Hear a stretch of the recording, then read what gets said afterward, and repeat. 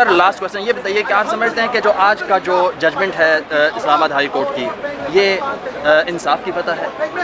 قانون اور انصاف کی فتح ہے، لیکن انصاف جس کو کہتے ہیں نا جسٹس ڈیلیڈ جسٹس ڈینائڈ، جو پہلے دن سے ہم کہہ رہے ہیں کہ وہ فیصلہ غلط ہے، تو یہ کام تو پہلے دن ہو سکتا تھا، دوسرے دن ہو سکتا تھا، تیسرے دن ہو سکتا تھا، 25 دن تو ان کو رکھا تو اس کی کمپنسیشن کون دے گا؟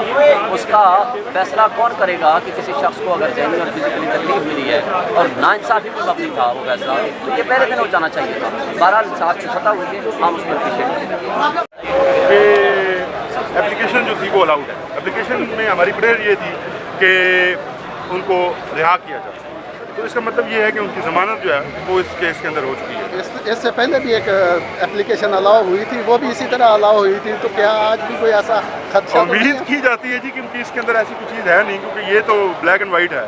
ہم نے بلیک اینڈ وائٹ مانگا، ایک کلیئرلی ہمارا سٹانس تھا کہ ان کو رہا کیا جائے، تو اس کو انہوں نے الاؤ کیا۔ اب اگر اس کے اندر کوئی اور حکم اور یا کوئی اور چیز ڈالی جاتی ہے جیسے کہ اپریہینڈ کیا جا رہا ہے، تو پھر دیکھیں گے کہ وہ کیا ہے۔ لیکن ہمیں ریمانڈ آرڈر کوئی آ سکتا ہے؟ ریمانڈ آرڈر کوئی دیکھیے، ریمانڈ آرڈر جو آئے گا وہ آئے گا فائنل کیس کی حد تک۔ اگر مین اپیل کے اندر اگر فیصلہ ہوگا تو پھر ریمانڈ آرڈر آئے گا، ادروائز اس اسٹیج کے اوپر سزا معطلی والا جو معاملہ ہے وہ معطل رہے گا۔ جی جی، سزا جو ہے وہ اس وقت معطل رہے گی، لیکن ریمانڈ کا جو فیصلہ ہے، اول تو ابھی دیکھیے کہ پہلے ان کو اتنے مواقع دیے گئے ہیں کہ وہ اپنے آپ کو ڈیفینڈ کریں۔ 3 دفعہ ہماری اپلیکیشن مینٹینیبلٹی کو جس طرح نیچے بھیجا گیا ہے، اور اس کے بعد اب اگر واپس بھیجا جاتا ہے تو اس کو بھی ہم چیلنج کریں گے سپریم کورٹ میں، کیونکہ ان کو موقع نہیں ملنا چاہیے پروسیکیوشن کو کہ وہ اپنا کیس 1 تو 3 سال کے ڈیلے کے بعد 120 دن کے اندر جو کرنا تھا اس ڈیلے کے بعد اب پھر انہیں موقع دیا جائے کہ آپ اپنا کیس جو ہے وہ نیچے جا کر نئی ایویڈنس ریکارڈ کر کے تو اس کو امپروو کریں۔ آف کیس ہونا چاہیے تھا، کویشمنٹ آف کیس ہونا چاہیے تھا، کیونکہ جو آپ کی ایک پریئر تھی کہ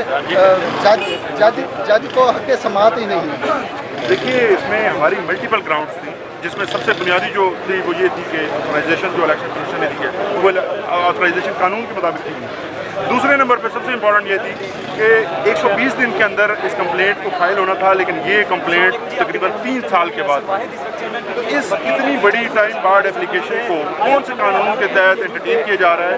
اور ایک اور آبجیکٹو یہ ہے کہ یہ جو قانون ہے یہ سٹنگ ممبرس کے خلاف کیا جاتا ہے۔ جو آتھورائزیشن دی گئی ہے، جو آتھورائزیشن کی الیکشن کمیشن نے دی ہے، اس کے اندر بھی خود لکھتے ہیں، الیکشن کمیشن والے لکھتے ہیں کہ ایکس ایم این اے عمران خان۔ تو اس کا مطلب یہ ہے کہ وہ اس وقت ممبر بھی نہیں تھے، اور ممبر کے خلاف ایک انکوائری ہو سکتی ہے اور یہ کمپلینٹ فائل ہو سکتی تھی، لیکن یہ سارے جو قوانین ہیں اس کے اندر کنڈیشنز تھیں، ان تمام کنڈیشنز کو وائلیٹ کرتے ہوئے اور اپنی مرضی اور منشا کے مطابق اس قانون کو جو ہے وہ مولڈ کیا گیا ہے اور یہ اپلیکیشن دلوائی گئی۔ اور افسوس یہ ہے کہ عدالت نے جن نکات کے اوپر ہمیں سننا چاہیے تھا، جس کے اوپر ڈیسائڈ کرنا چاہیے تھا، وہ انہوں نے نہیں کیا۔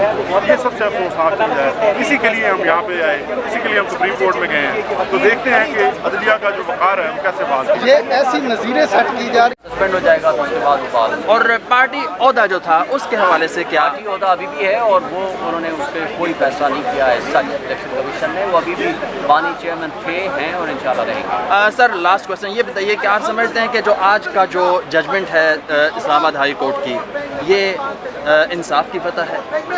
قانون اور انصاف کی فتح ہے، لیکن انصاف جس کو کہتے ہیں نا جسٹس ڈیلیڈ جسٹس ڈینائڈ، جو پہلے دن سے ہم کہہ رہے ہیں کہ وہ فیصلہ غلط ہے، تو یہ کام تو پہلے دن ہو سکتا تھا، دوسرے دن ہو سکتا تھا، تیسرے دن ہو سکتا تھا، 25 دن تو ان کو رکھا تو اس کی کمپنسیشن کون دے گا؟ اس کا فیصلہ کون کرے گا کہ کسی شخص کو اگر ذہنی اور فزیکلی تکلیف ملی ہے اور ناانصافی بھی مبنی تھا وہ فیصلہ، تو یہ پہلے دن ہو جانا چاہیے تھا۔ بہرحال انصاف کی فتح ہوئی ہے، ہم اس پر پیچھے